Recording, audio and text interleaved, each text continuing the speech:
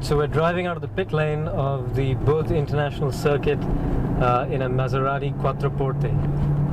And Quattroporte means 4 doors. So this is the big luxury liner Maserati.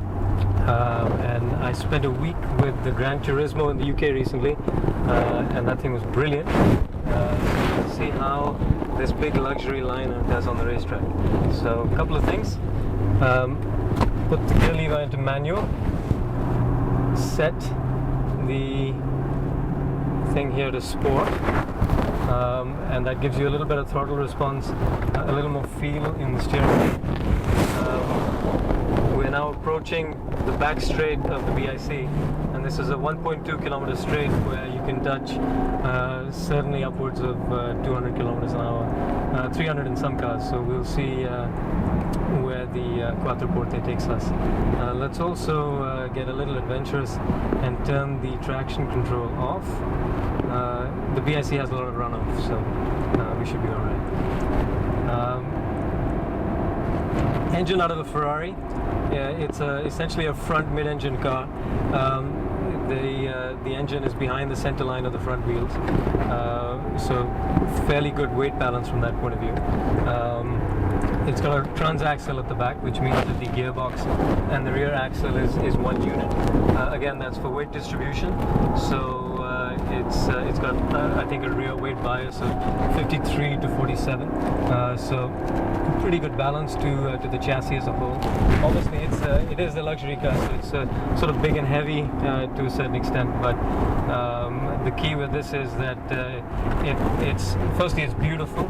It's one of the last few cars that was designed by Sergio Pininfarina, is a legendary Italian car designer who designed a bunch of beautiful Ferraris, and he's designed the latest range of Maseratis, including this one. So it's a stunning car, makes a huge presence as you pull up at the curb. You can also, when you're done with your board meeting, come out to the BIC and take it for a spin. So that's the beauty of this car. The engine is a 4.7 litre, 440 horsepower V8, essentially from Ferrari. So we're approaching the Parabolica. This is turn 10, and it's a beautiful double apex, really tricky corner. It tightens at the exit, so you have to get the line right, otherwise you'll have no speed coming out of the corner. We're now approaching the last half of the circuit. There's a little left-right chink before you come to the penultimate corner, which is a downhill right-hander. Pick up a little bit of speed so we can get a decent lap in, and you'll forgive me if I don't talk too much when we're doing a flat-out lap in the Maserati Quattroporte. So savor the sound of the V8.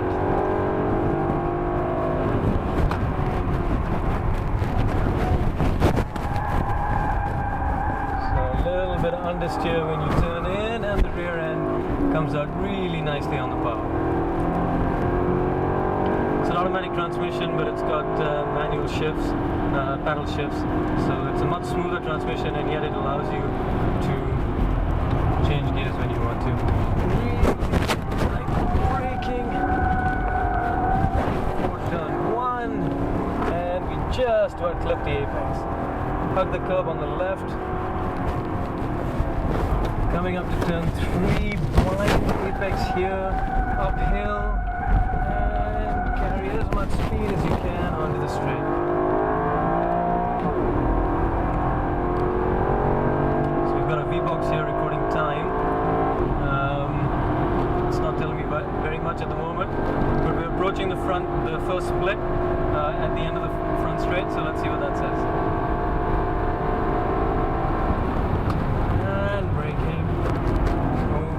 Kilometers an hour down the straight.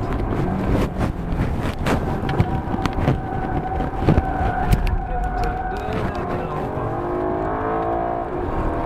It's amazing that a luxury car can do this around a Grand Prix circuit.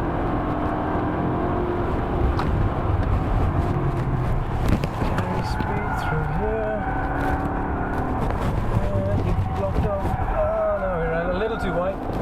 blocked off the exit here, so we have to be a little careful going through that corner, otherwise you can carry a lot more speed through there.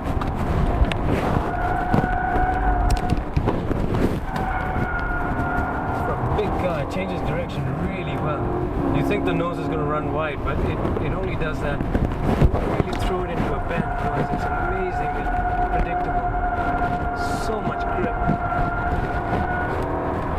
Tap on the brakes here and get it turned in, and that's when it wants to run wide a little bit.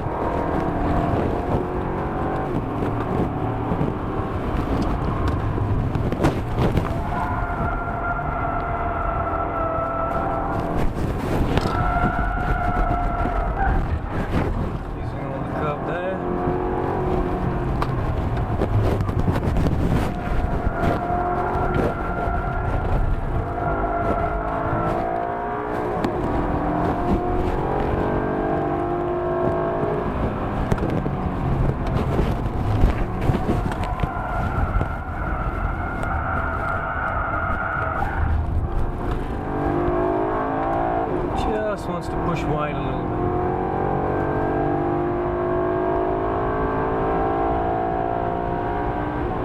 So there you go, 2:38. I think we can do better than that. This is completely of C1.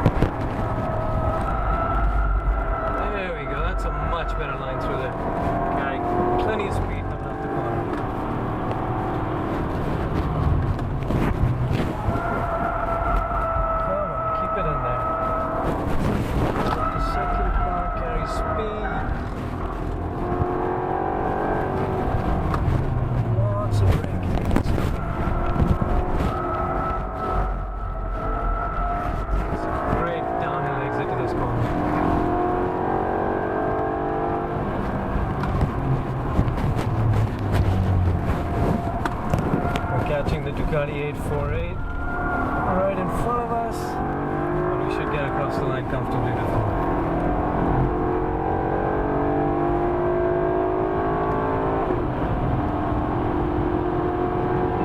It's a 237.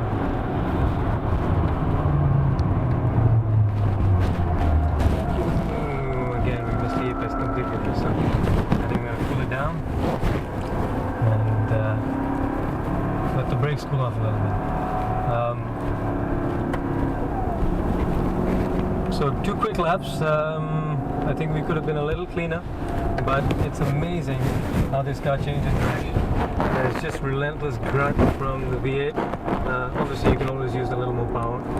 It's a big heavy car, but it's amazing. I mean, the fact that you can take this out in the evening makes quite a statement. Vijay Mallya has one, so you know that he wouldn't if it wasn't flamboyant and beautiful. And then you can take it out to the BIC on the weekends. So if you're a captain of industry that is so inclined, it doesn't get much better than this. Like and share this video on Facebook, and you can win a chance to join us here next month. We're going to do this every month, so we're you some very exciting cars.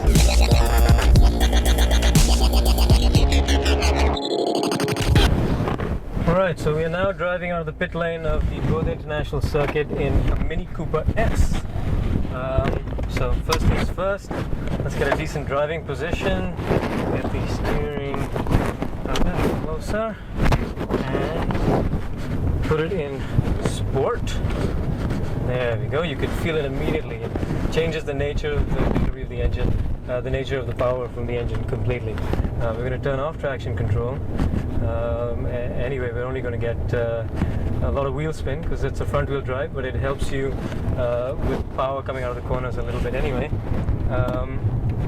This is a Mini Cooper S, as I said, 1.6 litre 4-cylinder engine that delivers 184 horsepower. But that's not the best thing about this car. The best thing about this car is how it turns. It is phenomenal. It's like a little Rottweiler. We've got something in the back.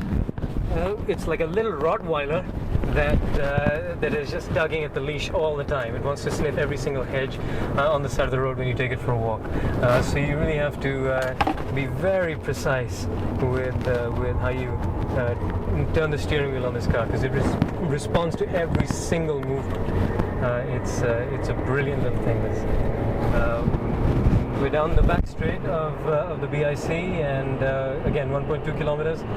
We did 200 plus in the Maserati, and you know what? This is probably going to do the same. It picks up speed so quickly, and this car is just always on.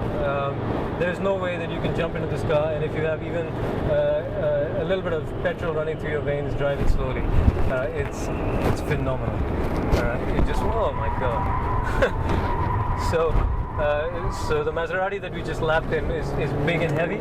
So you turn in and you kind of wait for a little bit for it to set a line, and this thing just turns in absolutely brilliantly immediately.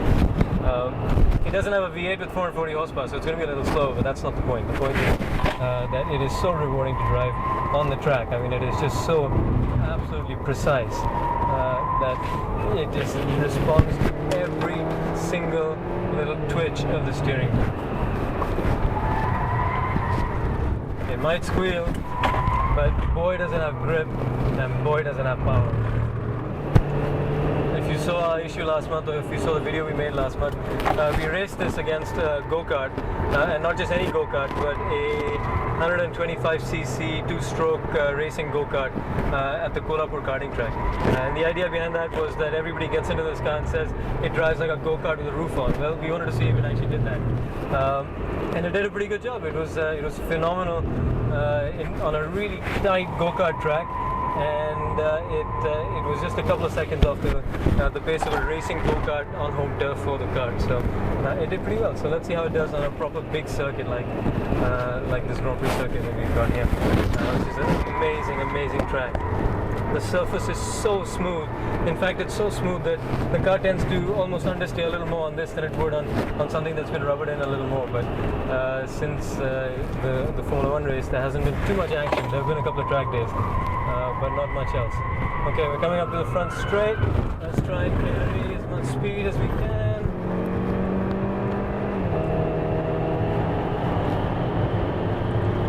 Finding the braking point for C1 is something else altogether. I kind of end up late braking and then missing the apex completely. But I think we've caught it this time around. Maybe brake a little later next time.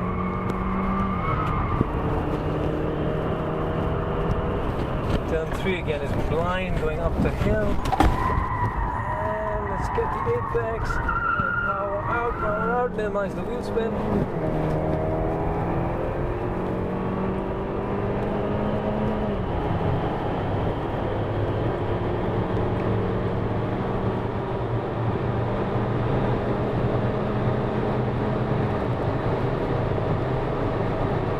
Up to 190. Coming up to the braking point pretty quickly. Brake. The brakes are so sharp on this thing. I'm going to brake a lot later then. And turn in, and it just turns in brilliantly. Feed the power. Oh. I love this car. really stiff suspension, so on the road it breaks your back, but this is why it's there to just absolutely keep this car planted no matter what you want to do to it.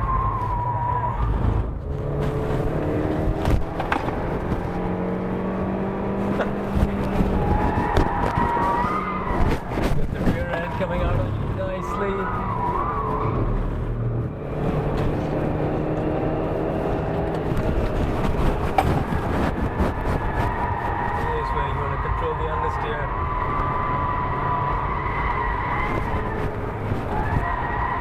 Just the transmission that lets you down a little bit on this car. That's it. It's a little slow to respond. It doesn't really react to the paddles. If we had a manual gearbox, I can guarantee you that this car would be quicker and more fun to drive. You got a little understeer through there, but you just need to tap the brakes a little bit, get the weight onto the front end, try and get the car to turn in a little bit on the brakes, and then just feed the power as you come out.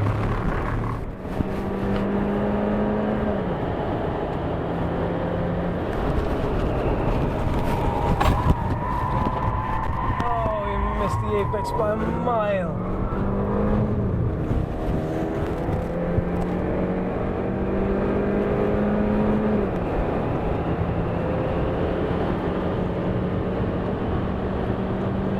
See, it's 2:41.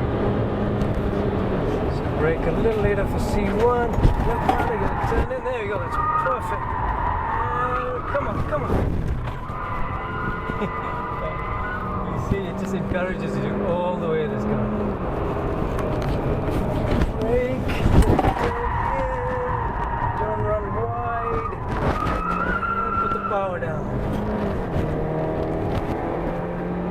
Imagine if this thing was rear-wheel drive.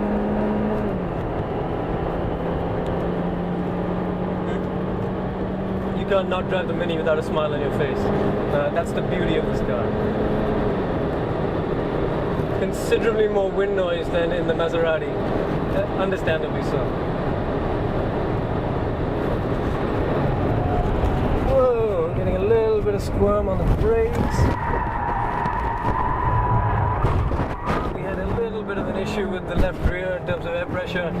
It was losing a little bit of tire pressure, so we filled it up right now before coming out. But you can feel it squirm just a little bit.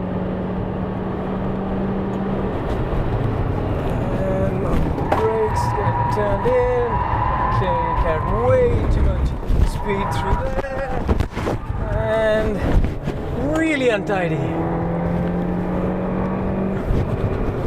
You see what a Mini does to you? Makes you a hooligan, even on a racetrack. Come on.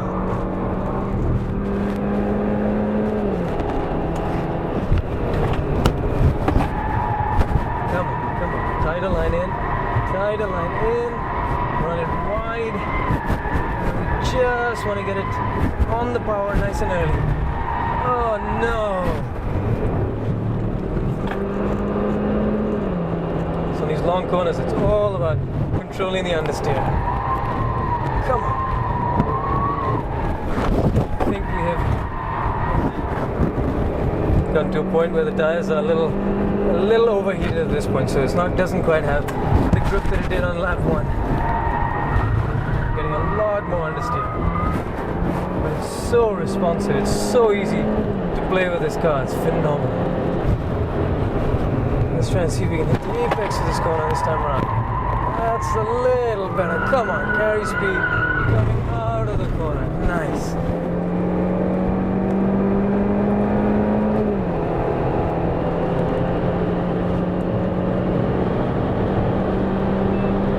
Minute 41 again. Oh, and we missed the apex by a mile. I think it's time to cool down.